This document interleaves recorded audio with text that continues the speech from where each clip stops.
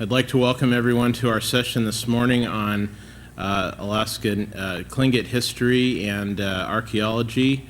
We have a panel of distinguished presenters this morning, half of whom when I got up this morning, I wasn't expecting that they would be able to make it, but through the miracle of modern transportation and technology, we have a full slate of speakers for you today.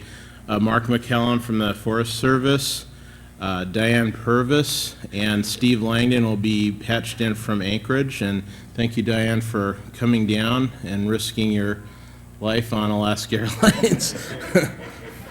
Sorry, I should mention that Alaska Airlines was a sponsor of the conference, so sorry about I guess we can't count on their donation next time, but anyway, without further ado, I'd like to introduce our first speaker this morning.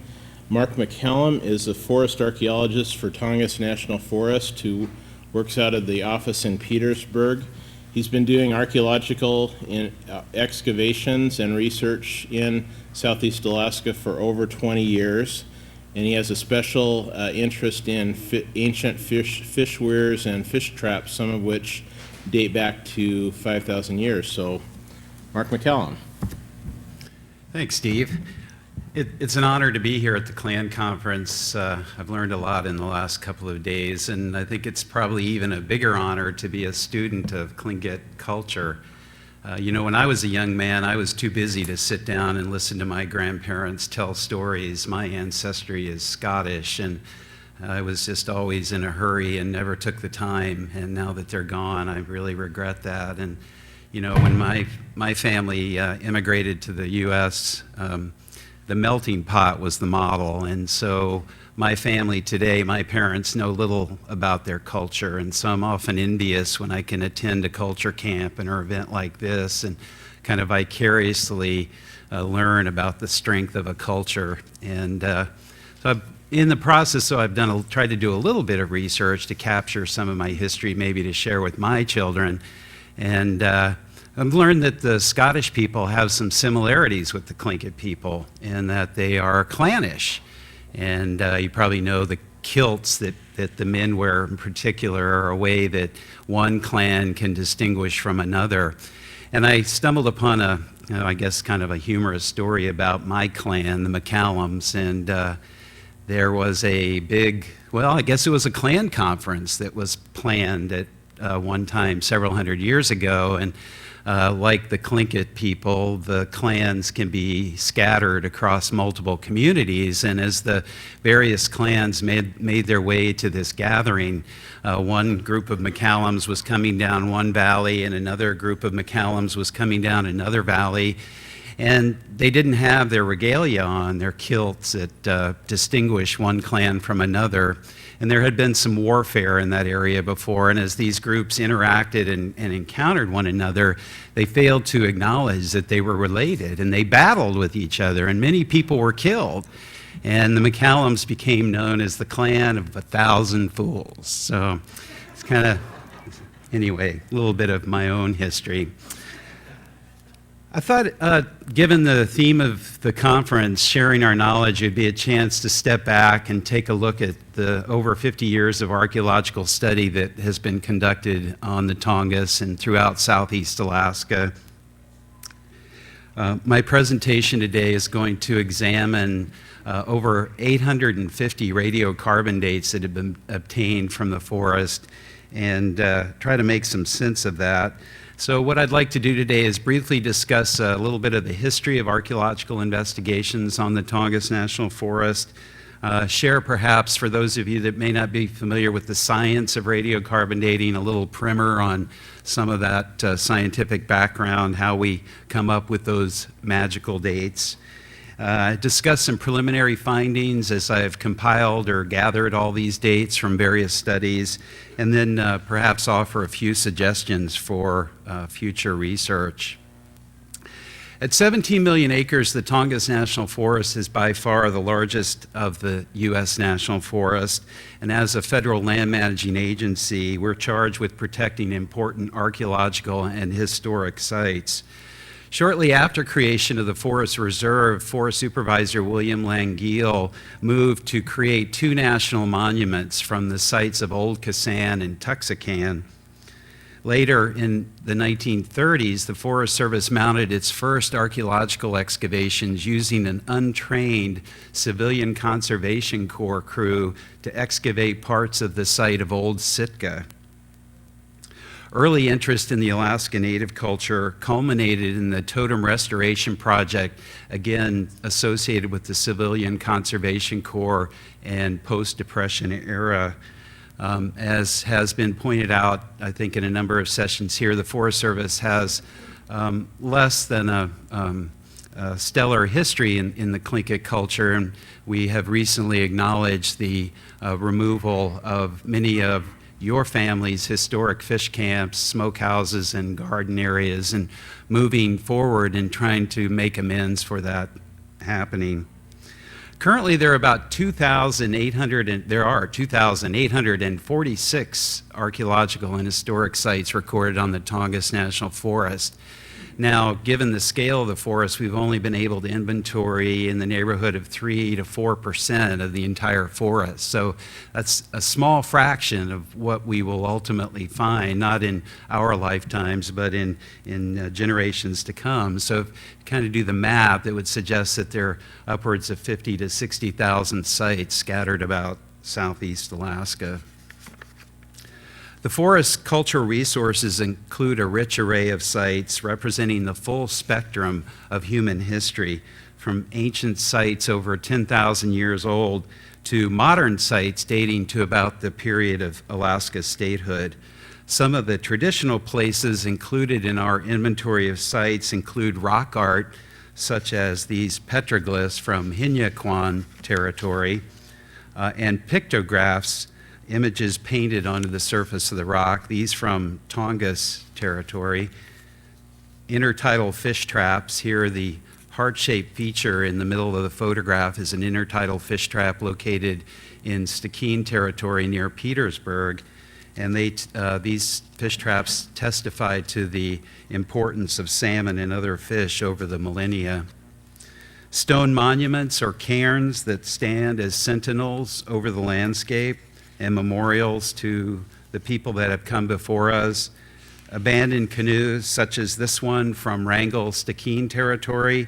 This place is considered sacred and is a location for modern-day Ketchikan ceremonies. And standing totems, a few of them are still around.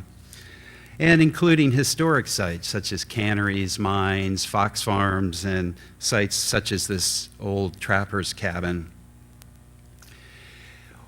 You've probably seen or read news stories about fascinating archaeological discoveries. At an archaeological dig, an ancient wooden tool is uncovered, and the archaeologist reports it to be 5,000 years old. Well, how do archaeologists know how old an object is? What methods do we use to make those determinations? Well, we have 2 basic ways of doing that. One is called relative dating, and the other is absolute dating. Examples of absolute dating include radiocarbon dating, which I'll discuss in greater detail, potassium-argon dating, thermoluminescence, and dendrochronology. Danish historian Rasmus Nyrup wrote in the 1800s, "Everything in history which has come down to us is wrapped in a thick fog. It belongs to a space of time we cannot measure. We know that it is old, but whether by a couple of years or a couple of centuries or even by more than a millennium, we can do no more than guess." Nyrup lived again in the 1800s, many years before archaeologists could accurately date materials from sites using scientific methods. Nyrup's quote reminds us of the tremendous scientific advances which took place in the 20th century.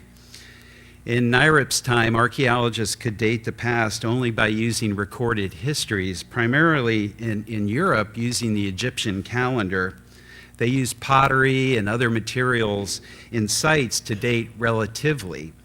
They thought that sites which had the same kind of pottery or the same types or styles of tools would be of the same age. The relative dating method worked well, but only in sites which had a connection to the relative scale. Most sites in that time could not be dated. Relative dating tells us how old something is in relationship to other objects, but usually cannot provide a specific year or date of use. Position within a soil or geologic layer can yield clues about the relative date of an object. The other prominent type of relative dating considers style. The styles of artifacts, such as these Cadillacs, often change through time, even though their function remains the same. Good modern examples are clothing and cars. If you look at some of the old photographs here at the Alaska State Historical Library, and you know when a particular style of clothing was popular, you can tell generally when that photograph was taken. And that's sort of the principle of relative dating. Willard Libby, pictured here, developed radiocarbon dating in 1949. Libby had been a member of the team that developed the atomic bomb during World War II and was an expert in nuclear and atomic chemistry. After the war, he was eager to find peaceful applications of the technology, and in 1960, Libby received the Nobel Prize for Chemistry for his discovery. His discovery was to determine the half-life of radiocarbon. The half-life refers to the amount of time it takes for half the radiocarbon in a sample to disappear or decay. Libby found that it took 5,568 years for half the radiocarbon in a sample to decay. After twice that time, about 11,000 years, another half decays. And if you work out the math, you'll find that after about 50,000 years, all the radiocarbon will have disappeared or decayed.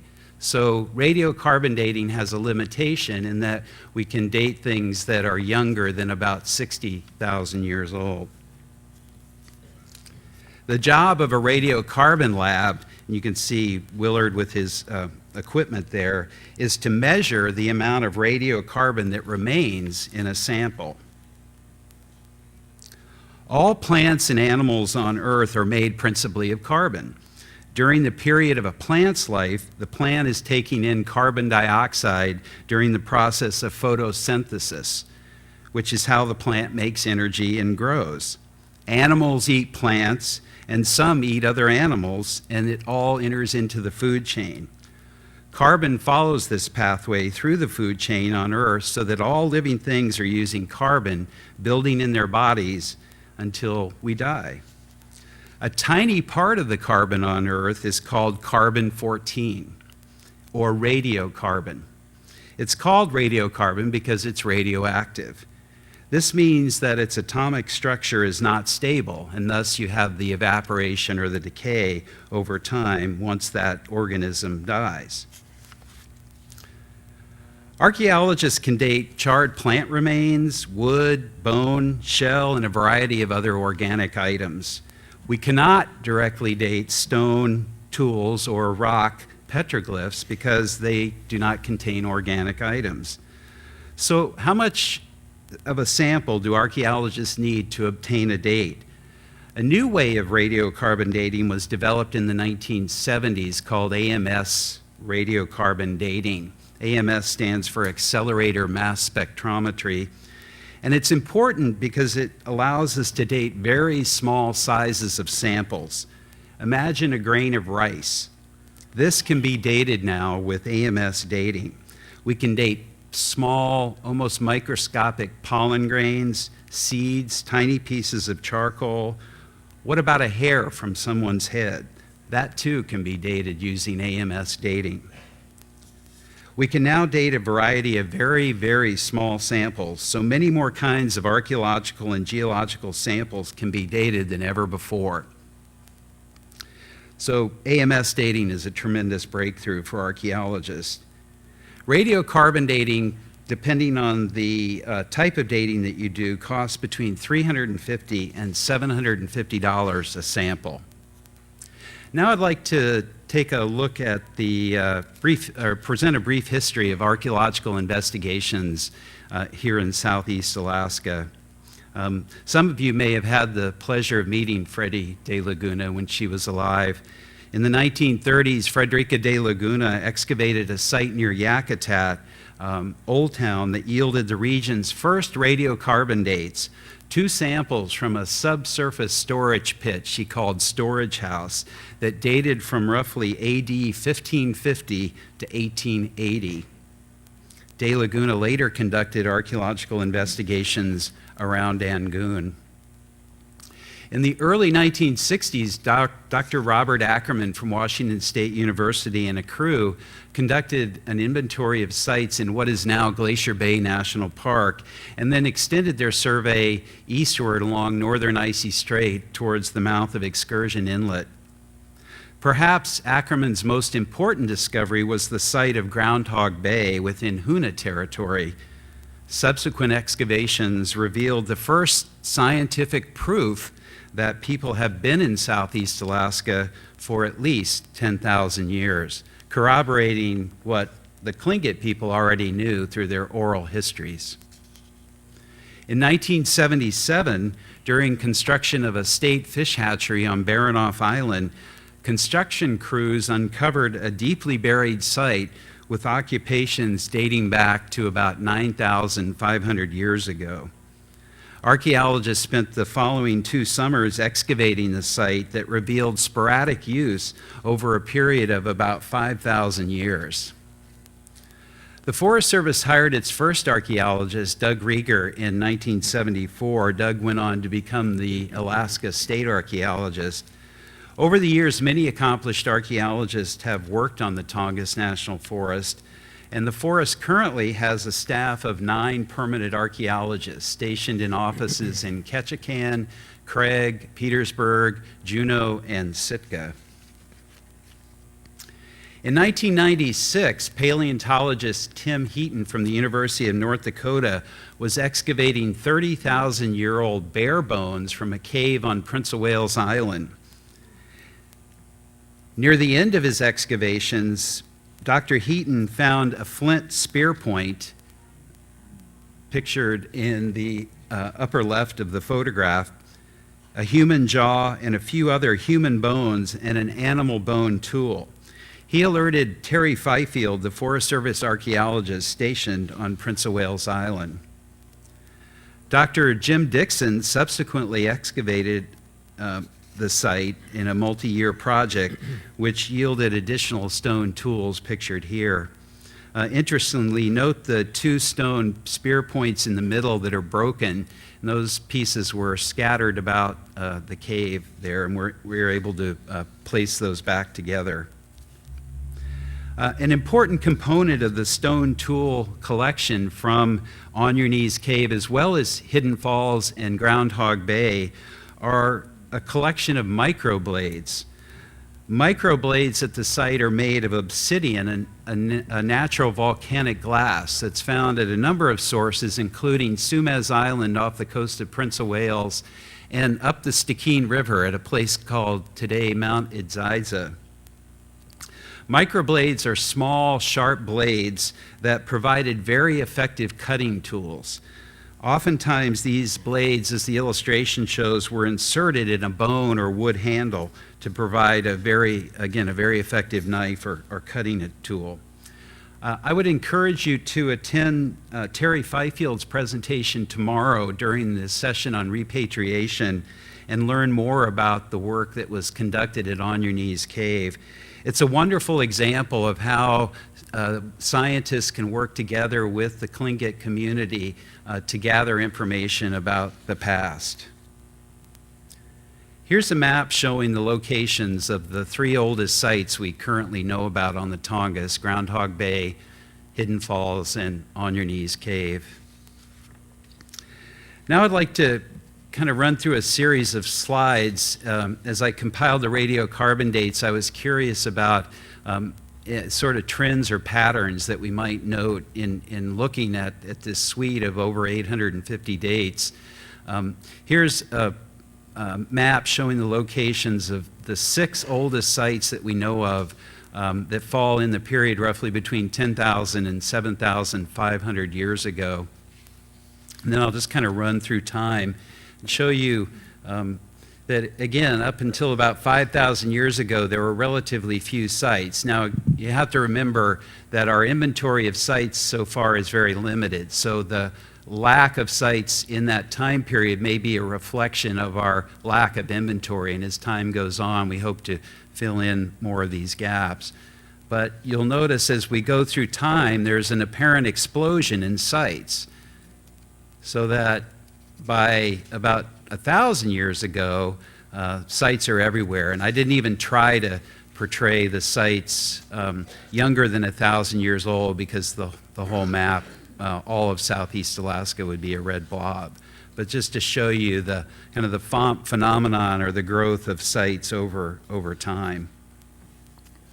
This bar chart, again, sort of reflects that in that there, again, an apparent explosion of sites roughly at about 4,000 years. And there appears to have been perhaps a peak in that period between 2,000 and 1,000 years ago. I was also curious about where the sites are geographically.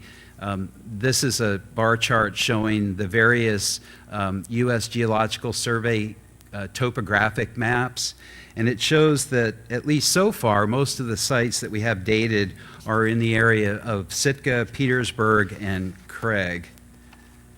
Now, this graph is where I tried to get a kind of big picture view, again, over 850 radiocarbon dates, what kind of patterns, what kind of trends might we see?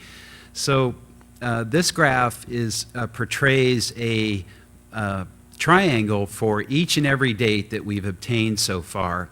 And the way to look at this chart is the more horizontal the line, the more intense, the more frequent the level of activity we see. The more vertical the line, the more sporadic. So if you, on the left-hand side of the chart there, you can see the thousands of years before today. And then, so you'll note that from roughly a little over 10,000 years to about 4,500 years ago, again, relatively few sites, and then that period from about 4,500 years ago up until contact period is a continuous stream of sites. And I was curious about the apparent gaps in that more vertical part of the line, so I kind of blew up a segment of that and looked at only the sites in that period that were older than 5,000 years old. And it appears that there are some gaps. Again, the left-hand side shows the thousands of years before present, and then it appears that there are a couple of gaps in the neighborhood of maybe 200 to 300 years. Again, that may or may not be significant. Again, it may be a reflection of our lack of inventory, but there does seem to be a fairly significant gap roughly between about 5,800 and 6,800 years ago. We don't currently have any sites that fall within that time range. Does that reflect an exodus of people here in Southeast Alaska, or again, is it a reflection of our inventory? When we inventory on the forest, we use a model that predicts the location of archaeological sites based on what we know. You know, just like today, if you're going out to a camp, you look for certain qualities. You want level ground, well-drained, nice exposure to the sun, protected from the environment, but perhaps offering a nice vantage point. And those kind of qualities are things that people have looked for millennia. And we try to look at where sites are located and develop a model. And so it's possible that our model is in error and that we simply have not been looking in the right places to fill in that gap between about 58 to 6,800 years ago. This could be the topic of a whole nother paper, but over the years with changes in sea level, rebound from the removal of the glaciers and other geologic processes, the land has been really fluid. And so oftentimes some of the oldest sites are not on the beach, but are in fact many yards, hundreds of yards inland and at elevations exceeding 100 feet. So, but anyway, it kind of gives us a focus for future research to find out whether in fact there was a gap in human history here, or whether again a reflection of our inventory strategy. Now I just wanted to examine two different types of sites to again see if we can find any trends or patterns in the radiocarbon data. Dozens of defensive or fort sites, often constructed on steep, inaccessible slopes, have been recorded in southeast Alaska. Some anthropologists suggest the appearance of fort sites relatively late in the cultural timeline reflect an increase in conflict. The widespread occurrence of fort sites up and down the northwest coast at this time suggests some region-wide processes, perhaps an environmental change that led to some cultural changes that required protective or defensive sites. And this is a fort site from the Kake territory. So we have 37 radiocarbon dates from 16 dated fort sites. We have dozens of fort sites recorded across the forest, only 16 of which have been dated so far. And they reveal a time depth that goes back about 2,000 years ago. It appears that the most consistent or frequent use of fort sites occurred in a period roughly from about 1,200 to about 300 years ago. The other type of site that I was curious about were fish traps and weirs. Hundreds of stone and wood stake fish traps and weirs are recorded from Yakutat to Dixon Entrance. Here you can see wooden stakes eroding in an intertidal area south of Wrangell in Stikine territory. We have radiocarbon dates from 92 fish trap sites currently that go back as far as 5,000 years old. The oldest fish trap that we currently know of in southeast Alaska, and I believe it still holds true for the entire northwest coast, is on the southern end of Mitkoff Island, where Petersburg is located, a site that dates back to about 5,000 years ago. But there appears to be a zenith or a peak in fish traps roughly between about 2,200 and 1,500 years ago, with an almost unbroken sequence of use during that period. Again, like that first graph with all the radiocarbon dates, the more vertical the line, the more sporadic the frequency of sites. So again, there appears to be a real peak in fish trap use between that period from roughly 2,200 to 1,500 years ago. So those are just some of the preliminary things that we've kind of looked at as we've compiled the radiocarbon dates. I'd like to acknowledge and thank the archaeologists who contributed to our scientific understanding of ancient sites. I think I speak for all the archaeologists when I say that we hope that our work honors the ancestors and the people that have come before us here in southeast Alaska. And I think that the future holds the promise of more amazing discoveries. And I guess I wanted to end my presentation with a couple of suggestions for future research. One more kind of scientific that I alluded to with the discussion about our probability model is to maybe rethink about where we're looking on the landscape. One of our archaeologists, Risa Carlson, is working on her PhD dissertation at Cambridge University in England. And the subject of her dissertation is to specifically look at that time frame, that period, well, roughly from about 7,500 years to about 10,000 years, and looking at the various geologic processes that occur, again, the changes in sea level and the rise in the land, and try to see if we can't better focus on trying to identify sites from that period. So on the scientific front, that's part of our future goals. The other, I guess, suggestion I'd leave you with is the idea of continued collaboration with Alaska Native people, with the Tlingit people here in Southeast Alaska, and combining Western science with traditional ecological knowledge and traditional knowledge. As several presenters have pointed out in the last few days, traditional knowledge is often more powerful than Western science. And I think as time's gone on, we've learned that there's a lot of truth in oral history. I just wanted to share one example the Forest Service has worked on with Alaska Native people, a brochure that we have available for our residents as well as visitors to Southeast Alaska. And this is, I have copies if anybody would like one, but it's both a written and visual timeline of Southeast Alaska history from 10,000 years to today. And I guess one of the things that I'm most proud of, and if you have the time to read it, is the way that we blended together the traditional knowledge with Western science. And I was just looking, we produced this over a decade ago, but just some of the Native elders that helped us to make sure that we were correct in our portrayal of the culture. Cecilia Kuhn, Ruth Demmert, Claire Peratrovich, Dr. Walter Sobolov, Lydia George was a contributor, and Bill Holm here in the audience was also a contributor. So again, more of this kind of stuff where we can blend together the science with traditional knowledge, I think is an area that I hope we see more of in the future.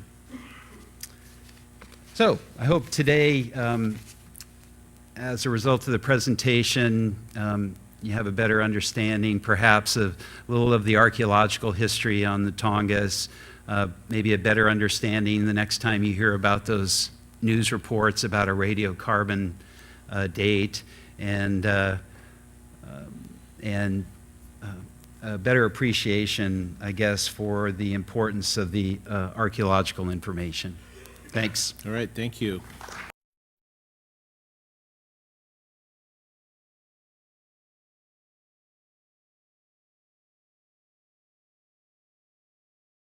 I'm Steve Henrikson with the Alaska State Museum, and over the years I've had an interest in Tlingit armor and in Sitka history especially, and I've put together a presentation on the artifactual and visual record of the battles of Sitka. And I did this in honor and commemoration of the Downhours and Lydia Black's work in producing their monumental book on this subject. And I wanted to highlight what is some of the evidence, the non-textual evidence of these events, and drawing from both Russian collections as well as objects in at.oow that are in the United States. I've put together a little presentation to show you this morning, and I have a lot of slides to go through, so I want to start off here quickly so we can get to them. Can everyone hear me all right? Just to start out to show one of the wonderful watercolors done by Mikhail Tikhonov of the Tlingit people of roughly the time period when the battles of Sitka were occurring in the early years of the relationship between the Tlingit people and the Russian people. This is a really excellent watercolor that shows some of the intricate face painting that Swanton documented 100 years later approximately, and he indicated that the face paintings were distinctive to each clan. And speaking of clans, I wanted to thank Ray Wilson for granting me permission to talk about this morning. Since this is a clan conference, it really behooves us to work in concert with the contemporary clans, and Ray gave his consent for me to talk on this subject since much of it relates to the Kiks.adi of Sitka, and it just, I think it's really an important thing to do because the Kiks.adi were not just the people that encountered the Russians 200 years ago. They're still here today, and we have to respect their survival, respect the office of clan leaders by asking permission before we talk about a subject like this that's so intimately related to their own history, although these battles, of course, involved and affected many other clans as well. So Mark actually mentioned that one of the earliest archaeological projects in the Tongass National Forest was the Civilian Conservation Corps work at Old Sitka, and this uncovers one of the premier artifacts of that time period relating to Russian America, and that's a possession plate. And these were buried in various locations around southeast Alaska and up towards Prince William Sound that would be a kind of evidence that the Russians might be needing to call upon if another European power challenged their ownership of southeast Alaska, and they thought that legally they needed to plant these monuments around at secret locations, and if someone ever challenged them, they'd say, okay, well, you go to this location and you'll find a possession plate that we buried there in 1801, and that proves we were here first. And they planted these all over southeast Alaska. This, as far as I know, has been the only one that's been recovered. You can see it's number 12 at the bottom, and there was a numbered series of these, and Alexander Baranov was involved with finding suitable locations for these and burying them and having marking carefully on a map where the burial locations were. And this one happened to be found at Old Sitka, and the Downhours and Lydia Black have uncovered this a ceremony involved in the laying of that particular plaque. This is a picture of Old Sitka. The black and white shows some fish camps there at the site, and the color photo is a more modern photo of that area at Old Sitka where that possession plate was found.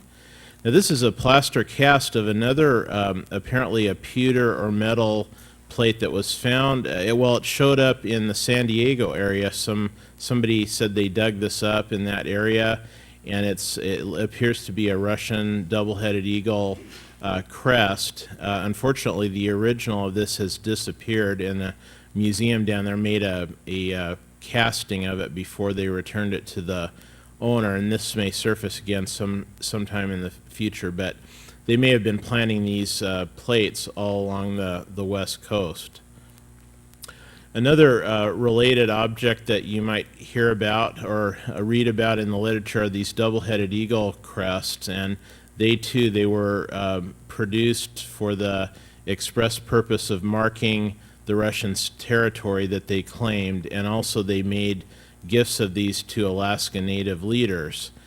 The one that's the deteriorated one of these up in an archaeological site on the Columbia River, believe it or not, between Oregon and Washington, and it was associated with a Klickitat Indian grave site in an island in the Columbia River, and this was repatriated from the Smithsonian a few years ago, and presumably it's been reburied. And that one, it showed signs of being burned, and so it may have been part of a funeral pyre at some point, and it was charred and it partly melted. The other one, though, is from the Kiks.adi, and their tradition is that Baranov presented that to the clan immediately after the Battle of 1804 as a peace offering and payment for the taking, particularly of Castle Hill, that they wanted to establish their fort site on. The Kiks.adi, that's a Kiks.adi territory, and they had several of their houses on top of Castle Hill, and so this was the beginnings of reestablishing peace between the Kiks.adis and the Russians following the battles.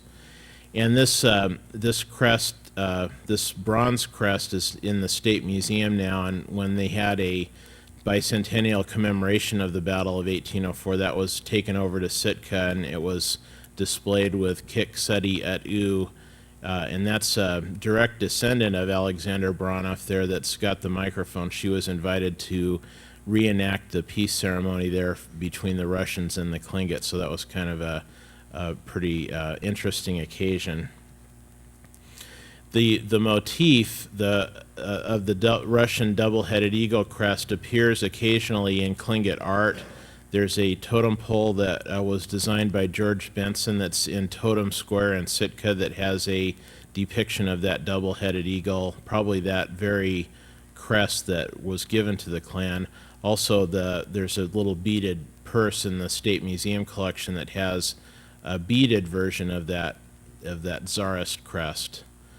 The Russians, as they spent more and more time with the Tlingit people, the nature of their gifts to them changed. They started out by giving double-headed eagle crest to the Tlingit people, and that was the meaning of those had symbolic meaning, of course, to the Russians. They were taking the territory and marking their territory here, and they wanted to plant their logo on as much things and with as many people as possible.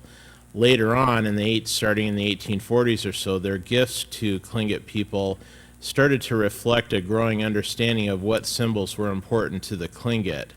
And in that later period, the Russians actually had their samovar makers hammer out some brass hats that were in the form of basketry hats. The one on the left is one that ended up in the American Museum of Natural History, and George Emmons collected it, and he said that even though this was a gift from the Russians, it had the same meaning as one of the clan's own crest objects, or at.oow, even though it was made in Russia and even has a Cyrillic maker's mark on the rim. It was incorporated into Tlingit life to the extent that it became at.oow, and the rationale would be that Kiks.adi lives were lost in the battle with the Russians, and so they paid for this hat in the way that other at.oow would be brought out and commissioned. So it seems to fit pretty well. After they received it, they added sea lion whiskers and beads to it, and that was recently repatriated from the museum. And the old photo there is from Huna, and one of the men there in the foreground is wearing another brass hat that, as far as I know, is still in the hands of the clan. And this is the hat that was repatriated from New York at that peace ceremony in Sitka in 2004. That's Ray Wilson there in the center. The Russians also presented medals to chiefs that they wanted to, they wanted to prop them up in a way. They established relationships with certain chiefs and became friends with them, and they wanted to encourage them to continue to be cooperative, so they made different presents to them. And these are two of the types of medals that the Russians gave.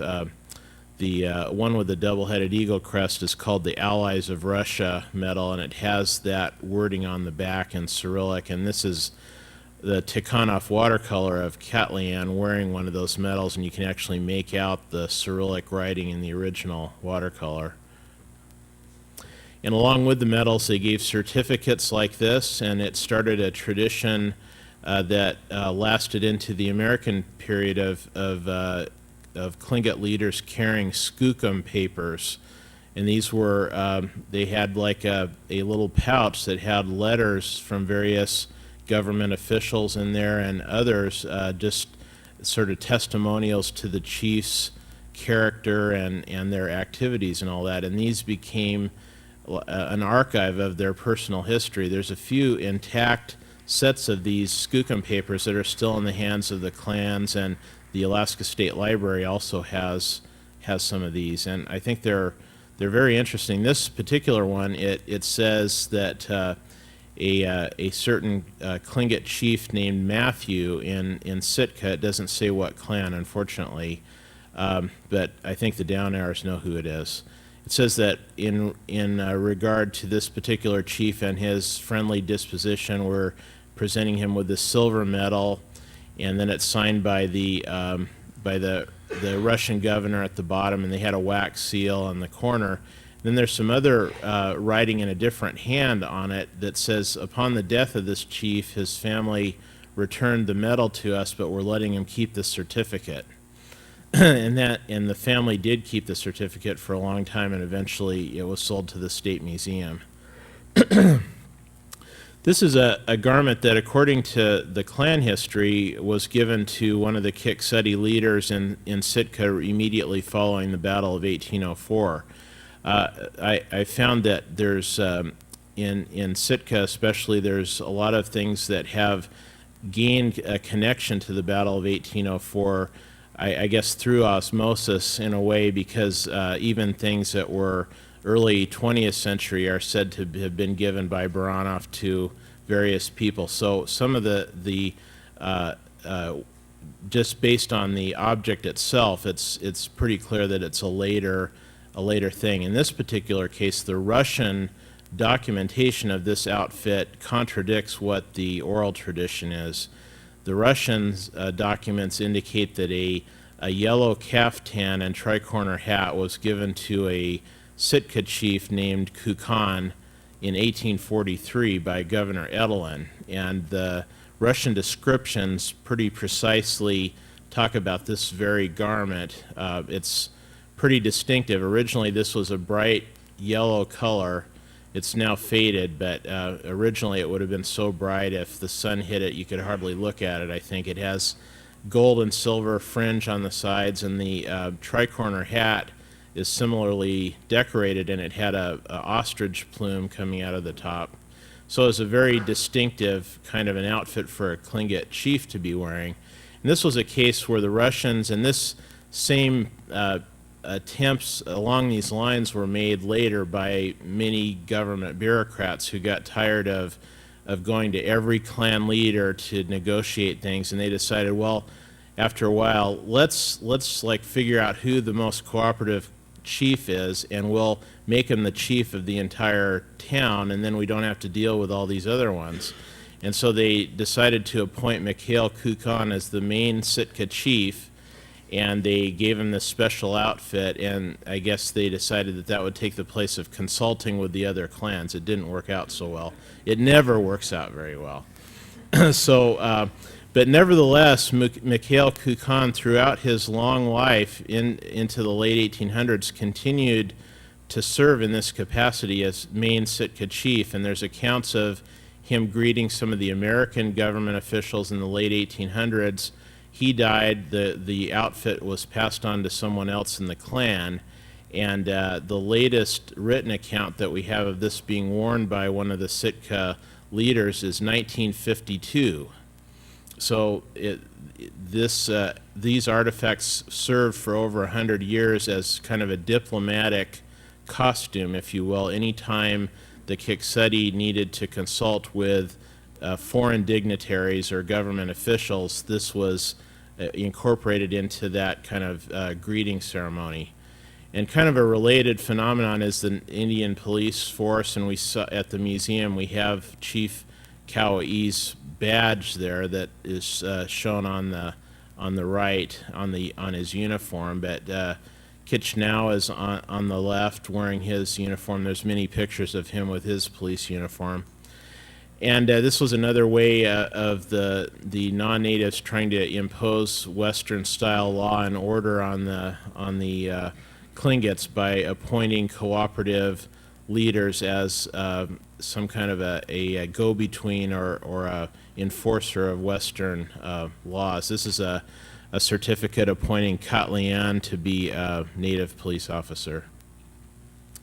So getting back to the battles, there's a group of at.oow belonging to the Kiks.adi that relate in one way or the other to this early encounter. Of course, the Raven hat is probably the most famous of these, and this was the one that, according to the Kiks.adi, was actually worn by Katlian in the Battle of 1804. And in that battle, he wielded a blacksmith's hammer, a Russian blacksmith's hammer, and that's the head of which is on display in the park in Sitka. That was repatriated to the Kiks.adis a few years ago, and the hat is today at the Sheldon Jackson Museum in Sitka. On the bicentennial of the battle, the Kiks.adi put up a totem pole that actually has a depiction of the Raven hat on the bottom. It shows a a frog that's holding the raven hat at the lowest figure on the totem pole. And that's at the site of their fort where the battle was, much of the battle was fought. The hat, the raven hat occasionally goes out to Kiks.adi ceremonies. The museum there in Sitka has a protective case that it travels around in because there's a fur covering on the hat, and the fur is coming off, and so they don't want people to handle it to try to make the fur last as long as possible, but it does go out to different ceremonies. There is another hat that is associated with the Kiks.adi of Angoon that was said to have been in the Battle of 1802. This one is in the Seattle Art Museum now, and a year or two ago that was carried up by Seattle Art Museum staff to a Deshitan potlatch in Angoon, and this was a ceremony where a new clan leader was brought out, and the helmet was held over his head to give him strength. The Russians, we have lots of accounts of written accounts of the battles and the aftermath from the Russians, and they also collected artifacts at the time, either right off of the battlefield or later on through other means. They gathered some really early objects that have ended up in the Museum of Anthropology in St. Petersburg, and Sergey and I talked about a new catalog that's out about that collection, and if you're interested in finding out more about it, just send me an email and I'll let you know how to order a copy. They're kind of hard to get, but it's well worth it. And there's several dozen objects in that collection that were collected either by Baranov or Lysiansky or some others at the time, and some really fantastic objects. Like this is a Tlingit warrior's object outfit with the hide armor, slat armor, and a very thick wooden helmet and a face protector. And the Russians first encountered these in the late 1700s, and they wrote back to the main office that the Tlingits had really fearsome armor and were well organized in their battle, and they needed more guns and ammunition. So they also sent back to corroborate their request for more funding. They sent back some Tlingit armor to the Home Office just to show how formidable the enemy was, and they apparently got more ammunition because of it. Now, these are some other pieces of armor that were collected by Lysiansky, a couple of war helmets and some slat armor that wrapped around a person's upper body. And this is a portion of a raven rattle that was collected by Lysiansky, and this is a real early form of it, and it has quite a few differences between this style and the later style that we were more familiar with. And also here's a couple of daggers that were collected by Lysiansky or another early Russian that have ended up in the St. Petersburg Museum. The armor at the time was, Baranov said that they wore multiple layers of armor to try to make it more bulletproof. Since the Russians had muskets, they had to reinforce their armor. The armor was designed for protection from harm from traditional weapons like the dagger here that Mark Jacobs is holding, and it worked better to protect from traditional weapons than from musket balls. And so the Russians said they added layers to the armor, and in some cases there are a few pieces of armor that have Chinese coins that are sewn onto the surface in an overlapping manner that may have added a little more protection. But I think the concept here is really interesting because modern body armor is made out of multiple layers of fabric, and by penetrating the multiple layers, it slows down the projectile, and so they were onto that concept pretty early on. Today, this collection is still in St. Petersburg, and there's been some inquiries about the possibility of repatriation. Of course, the repatriation law itself does not apply to nations other than the United States. There's always hope that there may in time be an international treaty that might mandate a certain amount of repatriation, but for now, the Russians generally seem very resistant to the idea of returning anything, and they tend to view the Tlingit objects in their museums as their artifacts. It was collected by their explorers, and hence it's become part of their history. This is just a fun juxtaposition here. On the left is Tikhonov's watercolor from 1818 showing Katlian with Castle Hill in the background. The Castle Hill, again, being Kiks.adi territory where several, at least, of their houses were on top of the rock there, and that was also a fort site. And the photograph is actually the Katlian shaking President Harding's hand with Castle Hill in the background in 1923. And so Katlian over the years, and this is of course a different Katlian, maybe one or two Katlians removed from Tikhonov's Katlian, still it shows this the survival of the office of clan leader within the Kiks.adi over a century, and that continues today in the person of Ray Wilson. This is just a photograph from the 30s, I believe, of the Kiks.adi dressed in their regalia in at.oow, and these are some modern photos of what those objects are like, look like today in color.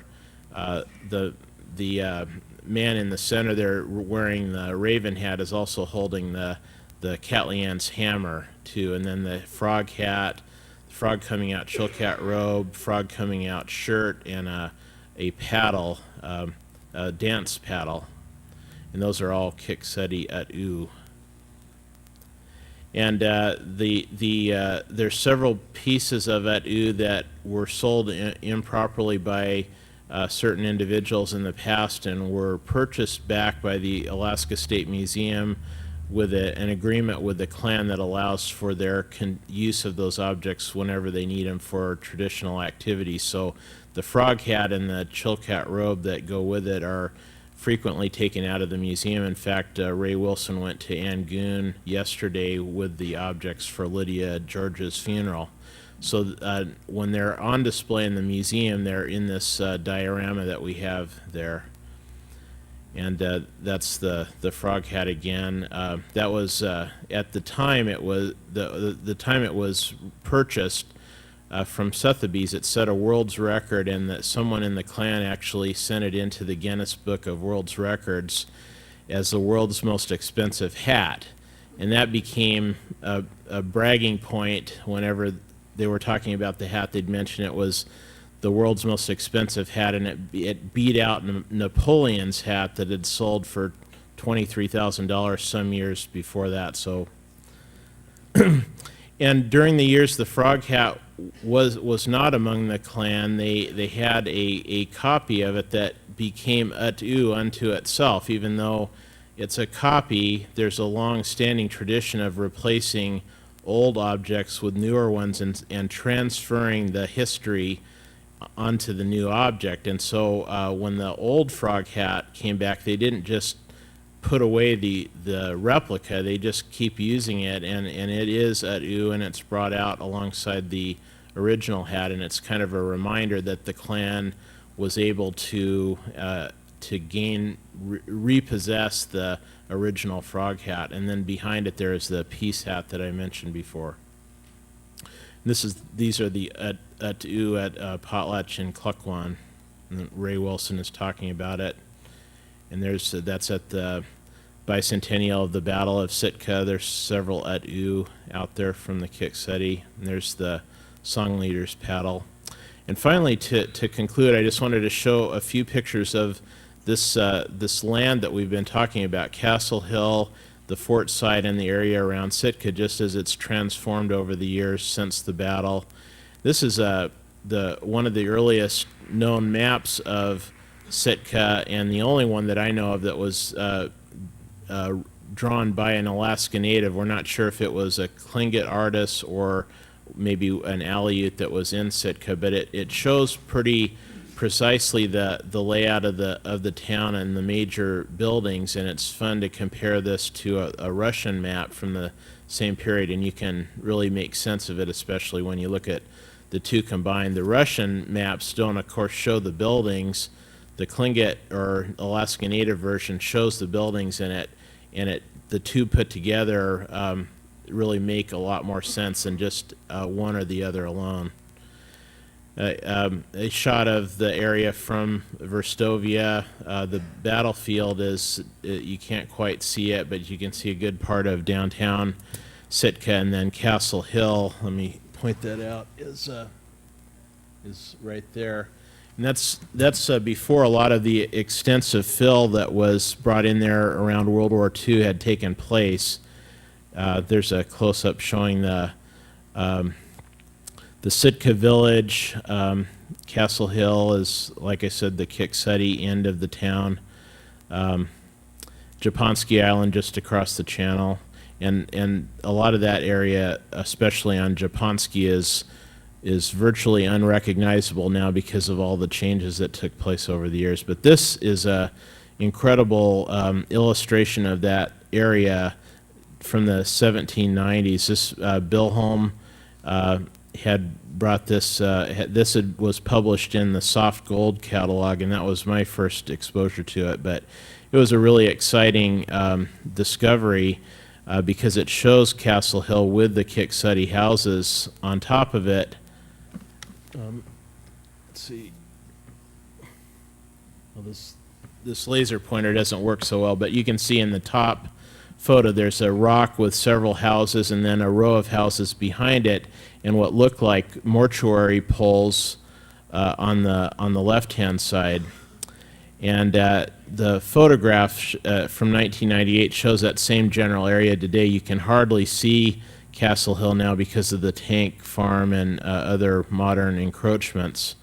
This is another sketch by the same artist that shows a little more clearly the houses and those mortuary poles that are somewhat reminiscent of some that were seen in the Yakutat area in 1791 by a Spanish artist.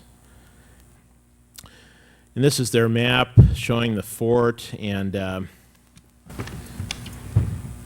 this isn't very powerful, but Lincoln Street runs roughly right up and down this part, and that's been filled in now all around the Castle Hill.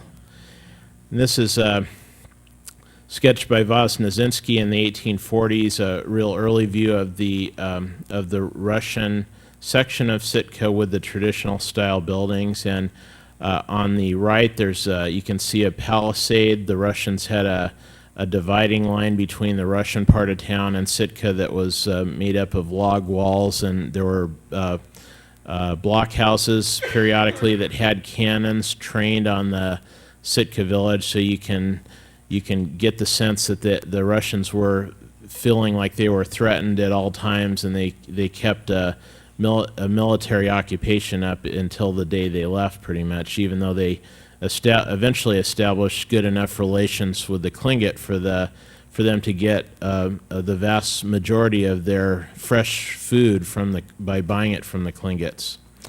But these are the only two photos I've been able to find over the years of the Sitka village with the old houses intact, and these roughly date from maybe 1870s or early 1880s. They're really fortunate to have these, and they show the old style plank houses there along the channel between the island and Japonski Island. And then the lower photo is from the 30s, showing the more modern version of the clan houses. And traditionally, of course, the clan houses were torn down and rebuilt periodically as people passed away, and it was not uncommon for houses to be taken out of commission for a year or two until a kuik, and then they were rebuilt after that. So at one point, the Navy mandated that the old style of houses be rebuilt using Western style architecture, but even though the style of housing changed then. The meaning was the same. They were still clan houses, but as Emmons and Andy always pointed out, the clan survives the mere structure. Panorama of that area, the top view is from a Russian artist in the 1850s. The bottom view is taken a few years ago of roughly the same area. And this is, again, another version of the same thing. Harold Jacobs and Ellen Hope have identified all of the houses in the lower photo and has identified them as to their house and clan. And that's a real interesting process. There's a few photos showing that Russian wall that existed. These are from the later American period, but this is the dividing line between the Russian area and the Tlingit area, and that's a blockhouse there with gun ports in it, so you can tell that they were definitely feeling under siege. This is showing the waterfront along the channel there. This is a painting by Leslie Jackson, Sheldon Jackson's daughter. That was an important area, of course, before it was filled in. That was the greeting area for guests coming into ceremonies. And the photograph, the old photo there, shows members of some clan. I think there's some Fluknahudi there and maybe some other clans too. And they're waiting on the beach for some canoes that are coming in. That's right near Herring Rock, by the way. That's a Kiks.adi crest, and also there was actually a rock in the channel that has that name. This is Bill Holmes' great painting of a scene done in that area, chief standing on the shore with his clansmen behind. Apparently, Bill probably had just the one chief in there, because if he had had all the other chiefs, you couldn't have seen the canoes then. But anyway, Mount Edgecombe in the background, of course, and this would have been, I think he picked the date of 1802 as being what this depicts, prior to the Russians coming in, but great painting. And one of the more recent finds associated with the Kiks.adi and their time on Castle Hill came in the late 90s when they were doing an excavation. The state Department of Natural Resources Office of History and Archaeology was doing a dig on Castle Hill and uncovered fragments of a raven's tail robe. If you came down to the museum yesterday, we showed that to quite a few people, but this is what the dig looked like, and they were pretty amazed to be able to find this fragment of a raven's tail robe, and it's very similar in design to the one that Katlian is wearing in the Tikhonov watercolor. It's a very small fragment, but nonetheless it's so incredibly rare that it really doesn't matter that it's so tattered. It's still really a treasured object that goes back to that time period. So with that, I think I will end it, and if you had any other questions too, feel free to ask me later. And I also wanted to thank the Alaska State Library, who is the repository of many of the historical photos that I used in this, and one of the greatest resources they have available is a website called Vilda, where you can actually do searches and find a lot of these photos and many thousands more photos. And you just, if you haven't seen it, just do a search for Vilda, Alaska, and you can find it. So thank you very much.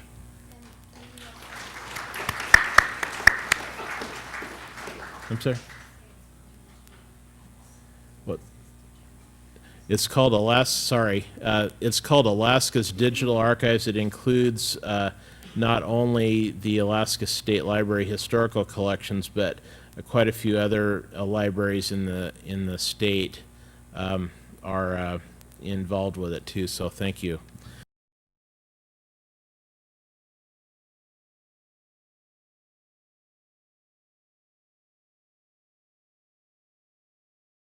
I'd like to pass the torch on to our next presenter. Diane Purvis is an instructor of cultural studies and history for the last 17 years at Alaska Pacific University. She's been working on a manuscript on Tlingit legal history from the 1790 to 2005, and she's currently with the University of Arizona. So Diane, take it away. Okay. I am very glad to be here today. It was no problem with Alaska Airlines, as Steve alluded to. It was this volcano that's going off in 100 miles southwest of Anchorage. So I got out, and I guess Steve Langdon didn't. Can't hear me? Okay. Hear me now? Okay, thank you. Before I begin, I would like to thank some people that are here in the office that helped me with this research. And by the way, if any of you are interested in knowing where I did this research, where I picked it up, I do have endnotes to this paper to tell you where I received the information. I want to thank Robbie Littlefield for helping me, especially with pronunciations, Nancy Yaw Davis for telling me a bit of the story, and most especially Mr. Gil Truitt for helping me with the story that comes from his clan, the Kiks.adi.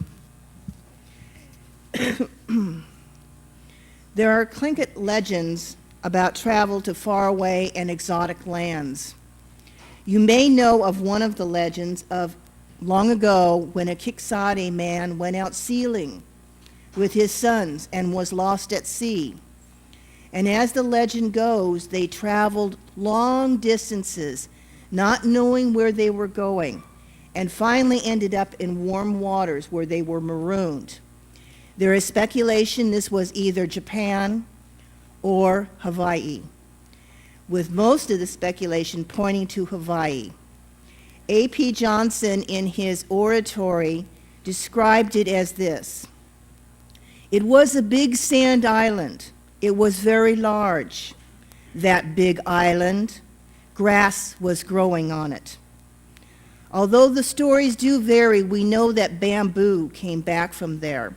That could have come from Japan or Hawaii. When they were coming back, when they were trying to find their way back to Sitka, they looked for markers in the sky. They looked for stars to tell them where to go. And they found one marker that looked like a seagull, and they followed that seagull. As they got closer and closer, they found out it was the snow-capped top of Mount Edgecombe, and they were home again and welcomed by their clan. Now, to find out the veracity of this legend, I spoke in depth with an oceanographer who told me how this could have happened. Right out of Sitka, there's a current called the Alaska Current. Not the Japanese current, as has been confused before, but the Alaska Current. If you take the Alaska Current down the Alexander Archipelago, you may hit the Central Pacific Gyre. That will toss you into the California Current, where you could be picked up by the West Drift, which takes you right to Hawaii. So it is possible. What's exciting about this is you can mix the old legends with science, and there's so many possibilities that can come out of it. The indigenous Hawaiians were called Kanakas, real people. The English called them Auis, coming from Hawaii. There were a lot of indications of cross-cultural travel, but there's nothing we can prove. We know there's a way to get there because cedar logs have been found on the island of Keonela and Niha. There is no way to get there except for that opportunity of going through the gyre and the west wind drift. The Hawaiians also have legends of traveling to the Pacific Northwest. They have many legends. They received these logs onto their shores and thought they were gifts from gods. And that's in their legends and their myths. In the 1800s, there was a lucrative trade triangle between North America, the Hawaiian Islands, and China. This was called the Canton trade routes. They would come into Sitka, pick up sea otter furs, other furs, and eventually take them to China. But Hawaii was the midway point, and they would pick up Kanakas there to work for either the Russian-American Company or, even more importantly, the Hudson Bay Company, which was to have a big effect for a temporary time in southeast Alaska. We know also in the Chinook language there are Hawaiian loanwords. For instance, Kanaka, Alilalakika, which is Alaska. And the Chinook trade jargon was that trade jargon from Northern California all the way into the Athabascan area, where they talked to each other. In his log, Captain George Dixon mentions that there is tapa cloth. If any of you know anything about Hawaiian culture, you know tapa cloth is the sacred cloth of the chiefs. This was obviously brought over and traded, and one of the chiefs in 1787 made a deal and got this tapa cloth and made himself a new suit out of it. So already you're starting to get some cross-cultural influence that's coming through. The Hudson Bay Company and the Russian-American Company had many conflicts over territory. They each wanted to get part of that Tlingit trade route that was so lucrative and so protected. They finally came to a decision in 1825 that the Russian-American Company would have the coast. After all, they couldn't take care of the whole Alexander Archipelago anyway. And the Hudson's Bay Company would have the interior and that area close to the Canadian border. And mind you, the Hudson's Bay Company had its headquarters in British Columbia and ultimately England. The Hudson Bay Company set up forts along the way in the interior.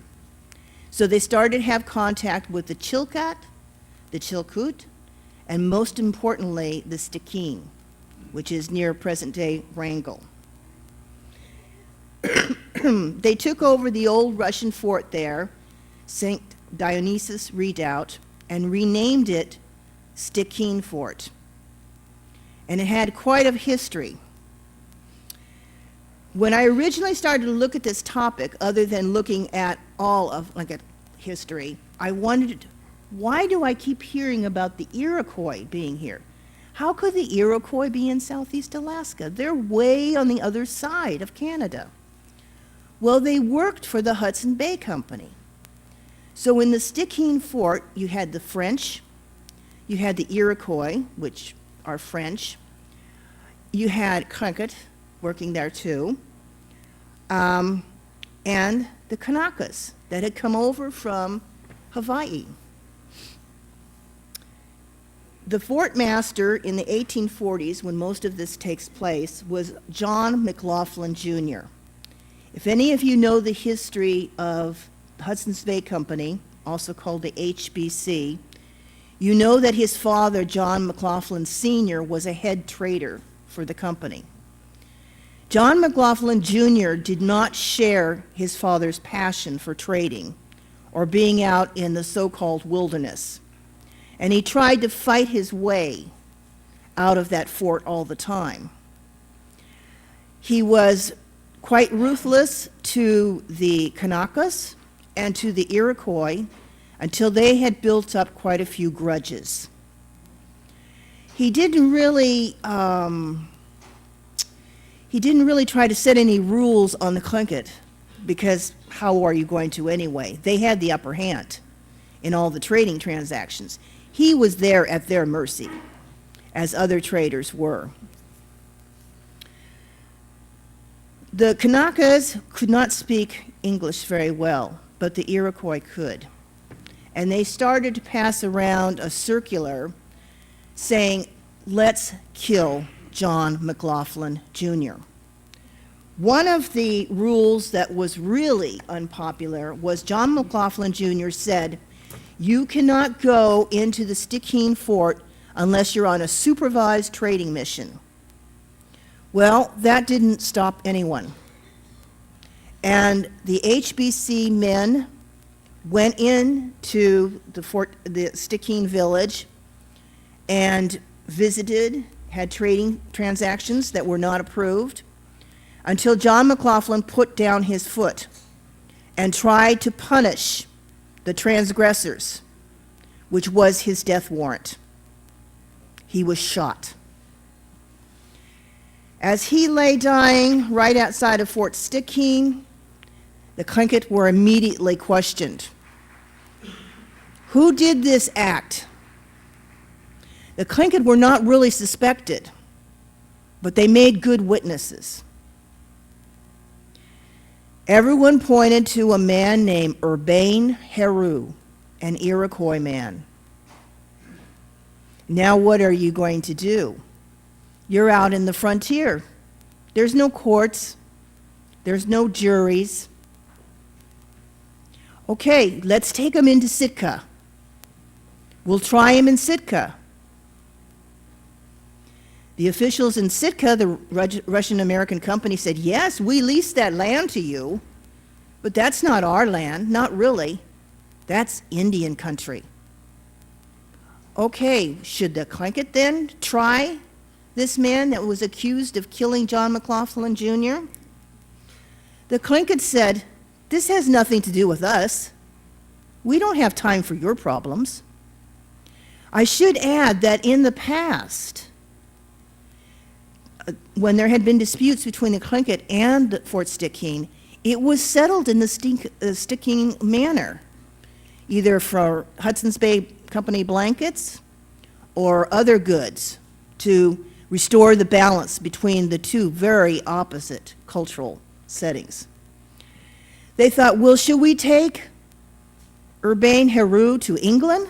Because that was the ultimate. Well, there was no money to send a man all the way to England. So as in so many ways, the matter just disappeared, showing you the state of frontier justice during the 1840s. There was more influence that occurred. They went to look at who owned the land, ownership of land. It was known that the Lingit owned that land for thousands of years back. They didn't owe it in the Western idea of ownership so much as stewardship. They were there to take care of the land. Trading had been a problematic area for the Hudson's Bay Company. Can you imagine those Hudson's Bay Company ships trying to get through the archipelago and all those islands? You can't get through, whereas a Tlingit canoe is made for that. What happened is the HBC finally decided that they couldn't make a profit there anymore. The Tlingit really did have the upper hand. And we know through history that Russia, America had so many problems. They had that nasty little Crimean War that was going on, and they couldn't support the area anymore, so they sold Alaska to United States. Of course, you know from the record, especially the congressional record of the 1970s, that the Tlingit on record said, who were they to think they could sell our land? Which led to a whole series of legal matters. Well, time went on, and we got to put the Hawaiian angle on this now. The Hawaiians and Alaska have had ties for many, many years. They've had political ties, they've had trading ties, and so it would not be that uncommon for them to come to Southeast Alaska to ask for help. And here's what they wanted. There is a cultural hero in Hawaiian folklore. He is the founder of the Hawaiian Islands, and his name was Hawaii Iloa. He was marooned, just like that Sitka sealer, on the Hawaiian Islands for 1 year. And he came to become a cultural hero. In the 1990s, there were many Hawaiians who wanted to restore their cultural ties to the past. And what better way to restore their cultural ties than to build their old-time catamaran canoes. But not just any catamaran canoe, one that would be called the Hawaii Iloa. They looked all over the islands for the koa tree. That's what they used to build those catamarans that were so seaworthy. They could not find anything. So they came to see Alaska. They said, we need the resources to build this dreamed of catamaran, to restore our cultural tie, to bring across the Hawaiian cultural renaissance. And See Alaska said, yes, indeed, we will.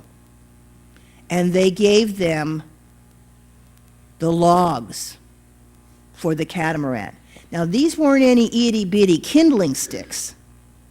These were 500-year-old, old-growth, the best of the Tongass. They built a double-hulled catamaran. They sailed from Hawaii to Southeast Alaska to thank those people that had been so generous and so kind and so respectful to help bring about their cultural renaissance in part. They wanted to share with them. Some of you out there, I know, saw it come into port. Yes, it was exciting, wasn't it? Very exciting. When they landed on shore, there was a mutual interchange of culture. The Hawaiians did their dances and their theatrics. The Tlingit did their dances and all. And if any of you are interested in knowing more about this, there is an excellent film called The Voyage of the Hawaii Iloa. Of all places, it's in Connecticut. I have no idea why it's not here, but you can order it from Interlibrary Loan. And it is so good. You are going to see your friends there. I remember seeing Esther Shea do a dance when it came into port there, and so many others. I've heard Nancy Yaw Davis told me about when it came into Sitka. My good friend Bob DeArmond told me when it came into Sitka and all. It was so exciting and was such a sharing point. And it shows how you can help another cultural unit with their dream. There can be an interchange, a united between indigenous people, and also the role of science. See Alaska was so supportive of this. The tie went on much longer than this initial 1994 voyage. And there was cross-cultural exchange of kinship, too. One of the elders who has now passed, I would like to quote. His name was Judson Brown. And he said, I don't want to mess up his quote, but he said, he encouraged the project by saying, don't give up on a dream. And I certainly think those are maybe few words, but very large words. I intend to do more research on this, find out more about what happened through the archives and all. I'm especially interested in that it appears that when they went in to get witnesses, when they were questioning witnesses in that sticking incident, they probably talked to one of the chief sheikhs, or sometimes called sheikhs. And I am trying to outline that dynasty of 8. So if anyone has any information, or if anybody wants to work with me on that project, I would love to collaborate on that. That is my short presentation today to show you how many influences we've had here, even early on, with the Iroquois, the French, and the native Hawaiians. Thank you.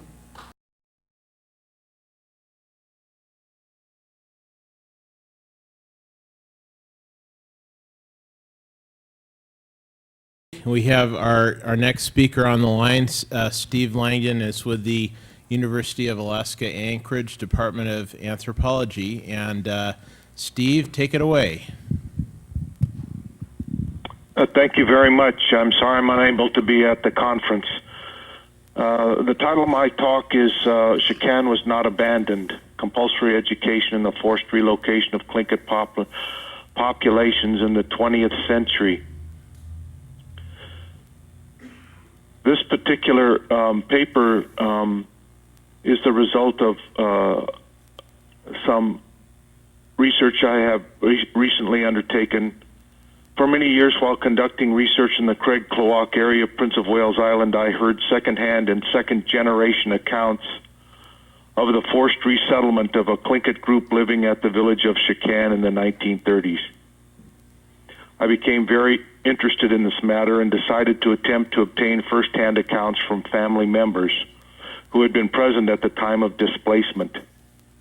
So during a research trip to Ketchikan several years ago, I called one of the family members and asked if he would be willing to be interviewed about the subject. Over the phone and again when I met him at his house, Embert James stated loudly, if not actually shouted the phrase, Ketchikan was not abandoned.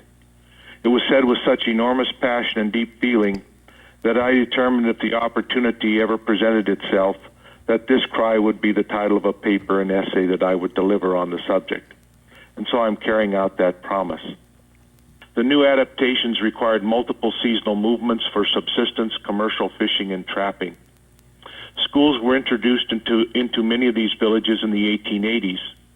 Attendance at schools was adjusted by Tlingit and Haida people to the camp movements, for many resulting in limited presence of children in the actual village schools. In the late 19th and early 20th century, passage and enforcement of compulsory education laws created a new phase of pressure resulting in settlement and cultural dislocation.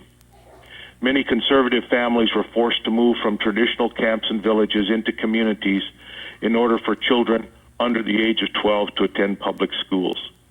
The paper will present several cases of forced relocation from the west coast of the Prince of Wales archipelago in the 1930s. Although I had originally intended to include materials from Excursion Inlet in the 1950s when another round of this occurred, I'm not going to address that information at this time period. I'd like to, next slide please, I'd like to acknowledge those who have contributed and thank and appreciate through their interviews Matilda James Kushnick, who is now deceased, Betty James, Benjamin James, and Embert James. In addition, the presentation incorporates materials from the book Devilfish Bay, published in 1997 by Rudy James. The second case that I'll be looking at from a village site in Hecate Island called Warmchuck, are based on an interview with Eva Dowhwit Kita, also deceased, who I'd like to thank. And the third case is from the village of Karheen, interviews with James Martinez, who I would also like to thank. Next slide, please. The Tlingit Aani includes and is typically divided by ethnologists based on linguistic and certain cultural aspects into northern and southern divisions. You can see how that generally occurs in the region around Frederick Sound. The region that we'll be discussing falls within the southern Tlingit Kwan regions. Next slide. The locations of the southern Tlingit villages that will be discussed are shown on this particular chart.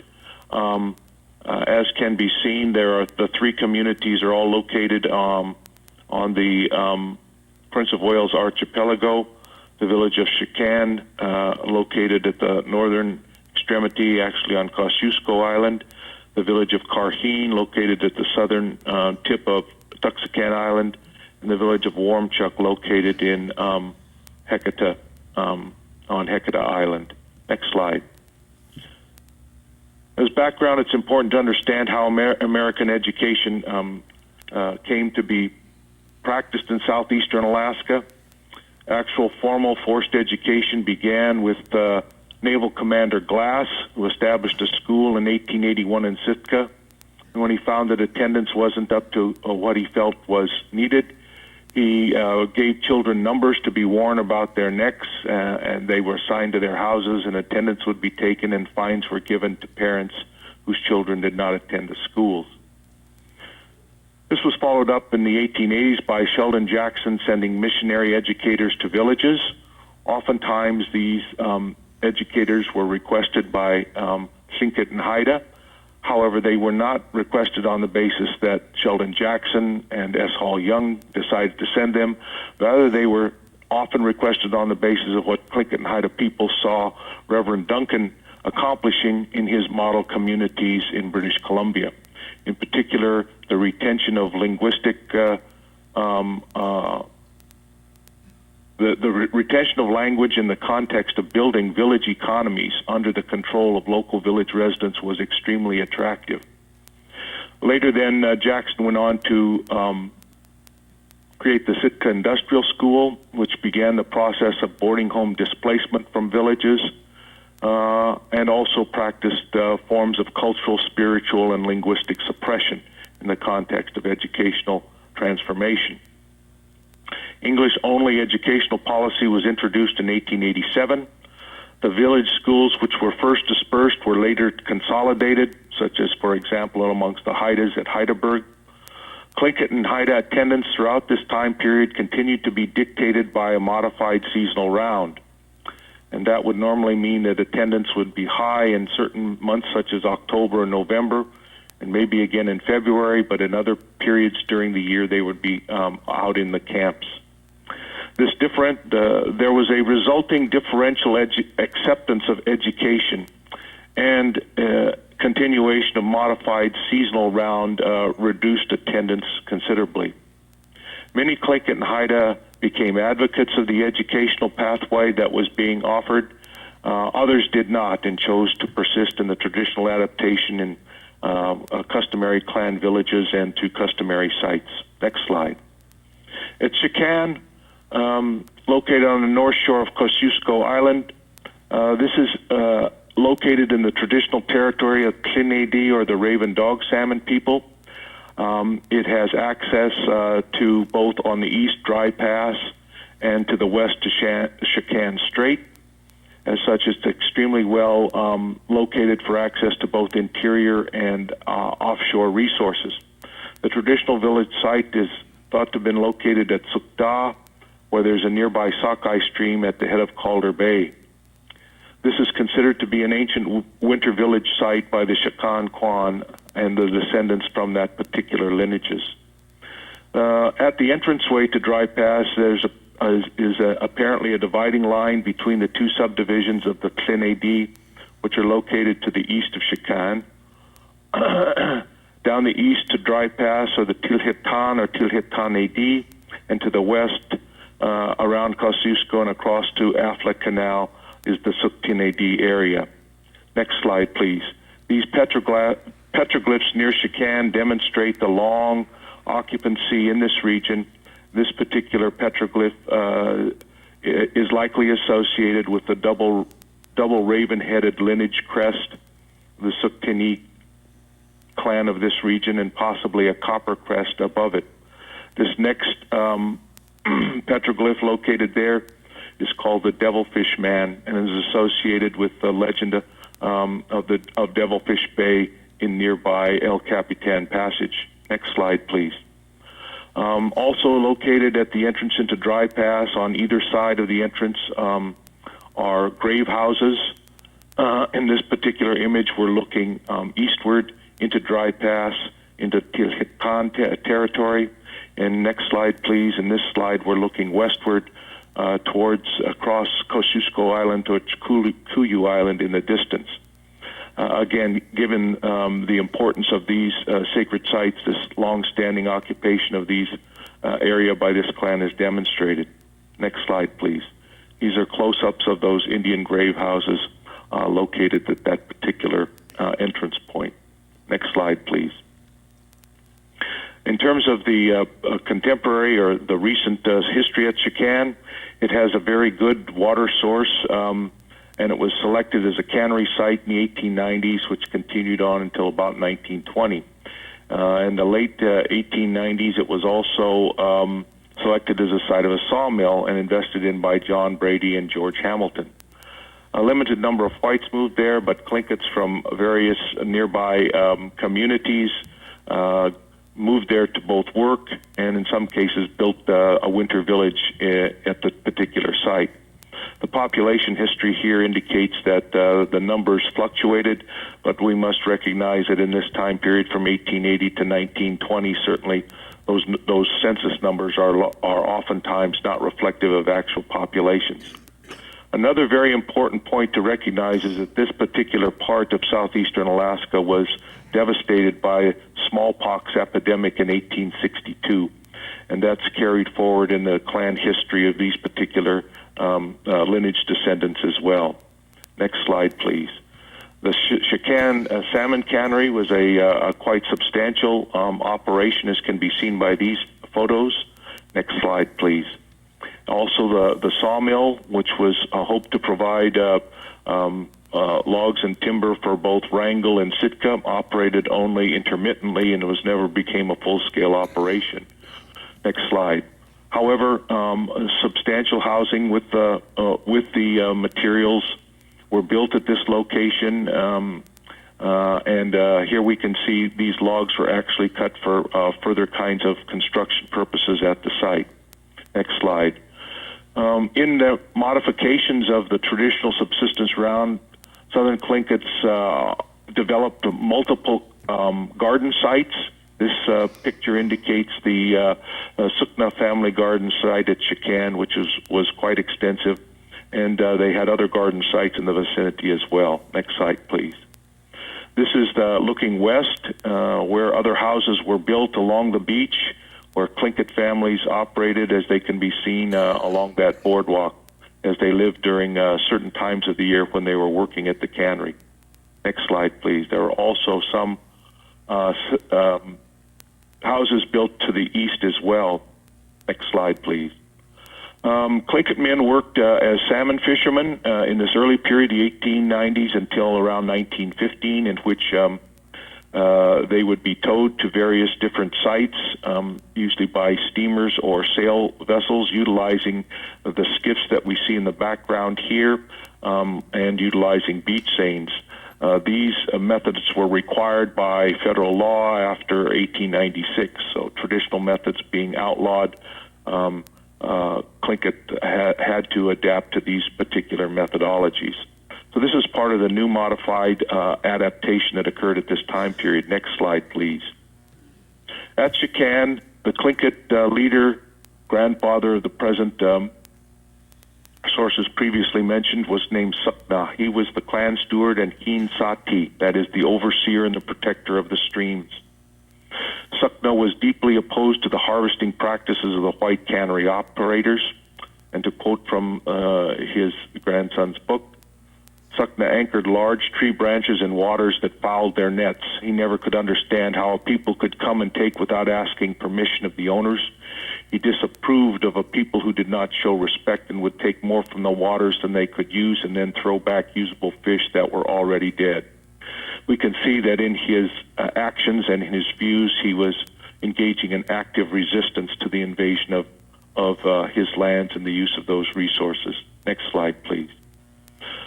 These pictures demonstrate that the Tlingit early mixed economy, featuring customary and traditional foods, was being combined with the gardens and the work for the canneries. Here we can see people joyfully in front of the drying halibut in substantial quantities on the left, and on the right we can see the drying of seaweed, another very significant and important and continuing subsistence activity to this day. Next slide, please. This is another view of another family, a man named Charlie George, who's married to Sukna's sister. You can see that he's continuing to engage in traditional canoe making at the site. You can see a modified traditional house, probably his residence in the background with the smoke hole at the top. Next slide, please. In addition, new kinds of transportation came in, including small scows and sailing vessels, as Tlinkits incorporated new transportation possibilities before the coming of the combustion-powered engine vessels in the mid-19 teens. Next slide, please. So it's important to recognize that the Tlingit seasonal round from 1890 to 1930s actually incorporated many seasonal movements to multiple camps. And this is often not understood in our contemporary time periods. And this particular chart is a demonstration of how many different moves occurred during Southern Tlingit annual round in order to accomplish the various different activities. So in fact, there will be relatively limited times in which the villagers might be in what would be called the winter village. Important to note here is that the fur-bearing activities probably induced greater movement than would have occurred in traditional times by taking people back out to camps during the period of mid-November to early December and then mid-January to mid-February. Next slide, please. What happened at Ketchikan? And the date on this is either 1934 or 35. The Sukna lineage families gathered in late summer from their cannery activities and fishing activities. A government vessel came into the bay and anchored itself. It offloaded and came to shore by rowboat, 3 or 4 men, one of whom was a U.S. Marshal, as has been recounted by Betty James. I believe the connection was lost. Must have been some more volcanic activity. I don't know. But at any rate, I was discussing the remembrances of the James children in terms of the marshals coming ashore at Ketchikan in the late summer, and after traveling by the kids playing on the beach, going up to the house where Sukna was in residence with his wife and his sons. And then they stayed in that house for some time and then came back out. And the children then went into the house and saw their grandparents and parents crying and in deep angst. They were told that they had been told that if they did not move and take the children to a town with a school, then the marshals would return and take the children away from the family. The families made the decision to move. No provision was made for their housing. The James family moved to Klawock, where they were able to find housing in cannery, essentially what were shacks. And the Sukna, a portion of the family, moved to Wrangell at that particular time. I'll come back and talk about the aftermath of those circumstances shortly. The next slide, please. Second case that occurs concerns a family living in the community of Warmchuck, the mouth of a traditional Kiks.adi stream. The name Dowhit references the traditional village site in the Morrell Islands. Mrs. Dowhit here is depicted in a substandard cannery house in Klawock, where the picture was taken.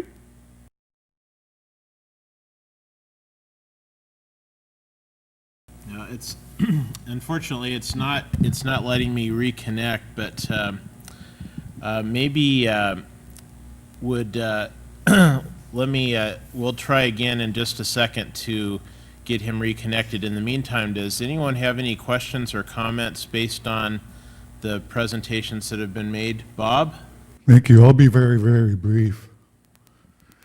I just wanted to make the statement that the Tongass National Forest is one of the few national forests that have a indigenous population. It's very unique in this country. And because of that,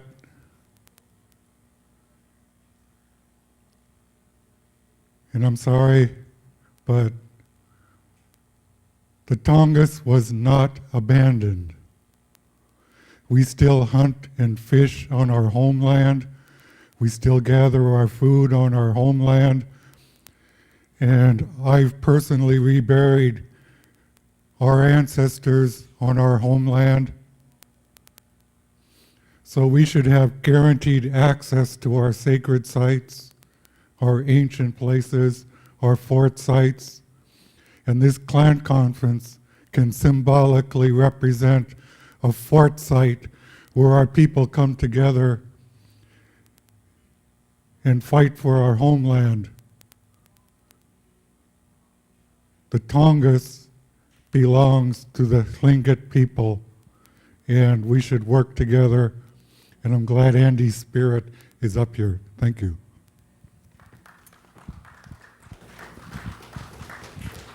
Does anyone else have anything they'd like to say? Thank you. My name is Bambi Kraus. I'm from Kake, Alaska. I'm actually wearing a vest made by Betty James, so it's interesting that her name is being used today. I guess my question is for the archaeologist from the U.S. Forest Service. And I work in the lower 48. I work in Washington, D.C., and I've been to a lot of presentations, and for Native people, they never show human remains, especially human remains that are known to be Native.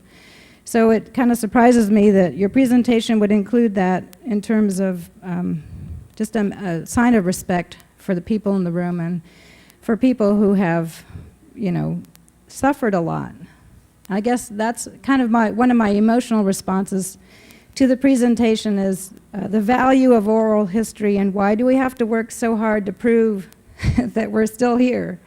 That just is astounding to me. And just so you know that I have an archaeology degree from Stanford University, so I'm not discounting the value of archaeology, but I do discount archaeology removed from Native people.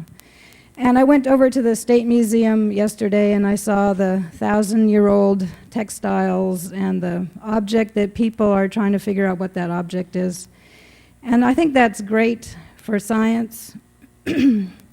But I feel like the missing part is that Native people still aren't really involved in some of the studies that we want to have asked versus what people come and study Native people in Alaska. So I guess my question for the public, excuse me, the public service employee in the room who's a Forest Service archaeologist is, in terms of excavations, I didn't understand the excavation that's going on that would have uncovered those textiles and the object. And since you are a federal employee, you have to develop a excavation plan, and you also have to have a cultural resource management plan in order to conduct this type of scientific research. And so I hope to get a copy of your management plan, your CRM management plan, so that we can understand what your goals are. Because I have to work a lot with scientists who are their entire career is devoted to the peopling of the Americas. And so anything over 2,000 years old gets their attention. And so I'm trying to understand how your work benefits us. Are we subjects? How do we fit into this? I believe in oral history. I don't feel like I have to prove anything, but that's the way archaeology is taught today, that we all have to prove our existence. So I guess I'm asking you about how your archaeology and all your sites are tied into whatever management plan the Forest Service has. Thank you very much. First of all, let me apologize for offending you or anybody else in the audience. That was inconsiderate of me, and I hear what you're saying. As I tried to suggest in my closing remarks, I think we have an opportunity here to partner in this endeavor of preserving the culture. And I guess a point I failed to, something I was thinking about last night, and honestly, I'll be the first to admit that archaeology and archaeologists have a colored past when it comes to Native Americans, not just in Alaska, but across the country. And there are plenty of terrible examples of archaeologists coming in and looting sites and taking human remains back to museums and other places. And that's inexcusable. But I thought last night about the times that I go into the classroom and talk about the breadth of the Tlingit culture, the 10,000 years of human history. And, when I see a young Tlingit boy or girl stand up and say, I am Tlingit amongst a predominantly white classroom, and you can see somebody said, I think the other day, kind of their chest coming out, and their sense of pride coming through with the acknowledgement of the breadth of the Tlingit culture. You know, to me, that's an example of how Western science and the knowledge produced by archaeology can marry with the traditional knowledge and maybe some of the efforts that the Tlingit people are making to preserve their culture. So, I'm with you, and I think most of and all of the archaeologists, frankly, on the Tongass are supportive of working together. And as I suggested, I would encourage you to come to tomorrow's presentation, which delves more into the site that I inappropriately displayed the human jaw. And you'll learn more about the length and breadth that we went to involve the Native community at various levels. The Native students that have since gone on to get degrees in anthropology and who now can carry the torch and not be a subject of study as the white culture studying the Native culture, but actually can carry their own story forward. So I appreciate your words. Just clarifying, so do you have a cultural resource management plan that's asking you to do all this excavation in the Tongass? Well, no, no, we don't have a specific plan that I can give you that lays out our strategy. We're guided, as you know, by the National Historic Preservation Act and other federal laws which mandate a process to consider the effects of our projects on important archaeological and historic sites. So we work through that process, and an important component of that is consultation with the Indian tribes. As you may know, the National Historic Preservation Act and other federal legislation acknowledges not only IRAs and so-called federally recognized tribes, but also village and regional corporations created under the Native Claims Settlement Act. So we consult with 32 tribal organizations on the Tongass, and I would suggest we go to great lengths to try to do the right thing. At least in, I would say, the last decade or so, we have made a strong effort to partner with the Native community to make sure we're doing the right thing. And you know, maybe another thing is there might be a misconception that archaeologists in the federal government are out there going about to dig up things, and that's not the case at all. My work is driven by projects and about this process that I mentioned under the National Historic Preservation Act. So it's not like we're going out to collect things to put in museums, and that is not our objective, but rather to protect those sites. And a new component of that management in the last couple of years has been the integration of trying to acknowledge the phenomenon of sacred sites. And again, examples of collaborating, working together with the Native community to document those places so that as we manage the forest, as projects come online, we can minimize physical impacts to those places. Does that, but we don't really have a, I'm afraid to say we don't really have a plan, I guess, that you describe. It's always good to have a messenger we can beat up on. Yeah. Get in line. No, you know, again, I'll own it. I mean, again, I'm an archaeologist. I didn't do those things, but, you know, I know there's some bad history there. But I guess I would encourage you, I'd love to chat with you afterwards and maybe share with you some more examples on maybe small steps, but ways that we're trying to get beyond that kind of colonial attitude and Well, it's refreshing. We really appreciate that. So Yeah. we'll take you up on that. Irene, you wanted to do a little bit of discussion on this, and right after that, we'll have Willard. Thank you, Jerry. Just to clarify, I think what some of you are talking about in some of the slide, and back to Bambi's question on where do you get permission, the Klawock site and the Prince of Wales site was one of the best collaborative joint efforts between Klawock and Forest Service, and hands down to that effort.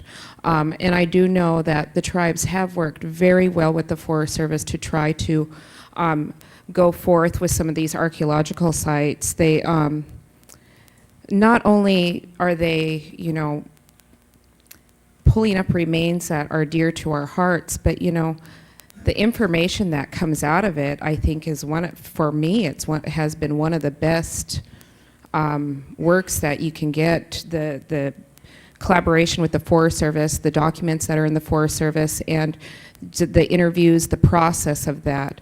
So just for clarification, on some of these sites, when they find some of these remains, the tribes actually go to the Forest Service and ask them, can you help us, go forth so we can try to find out more about our ancestors.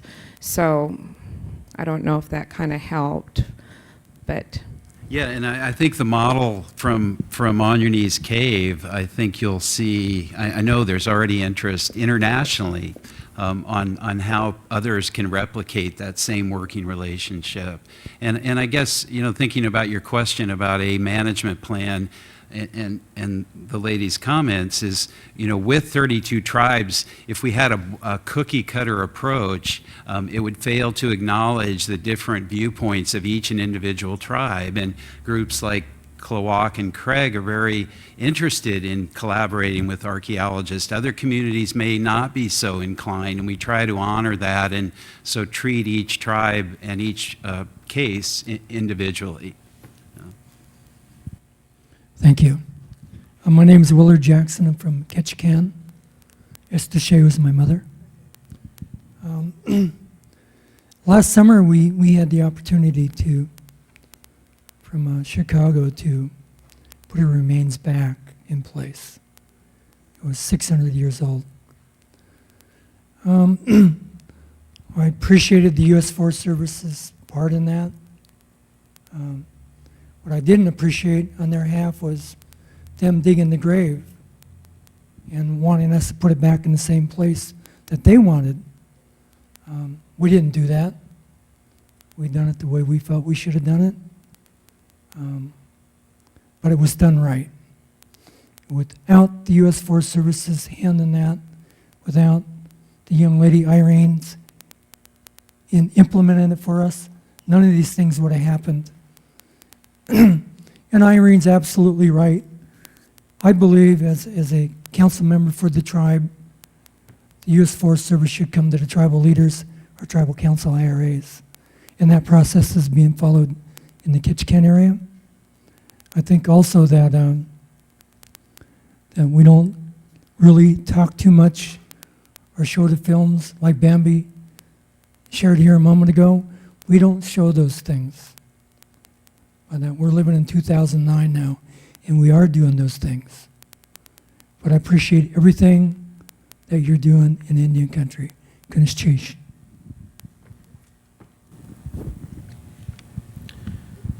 Thank you. Is there any other comments?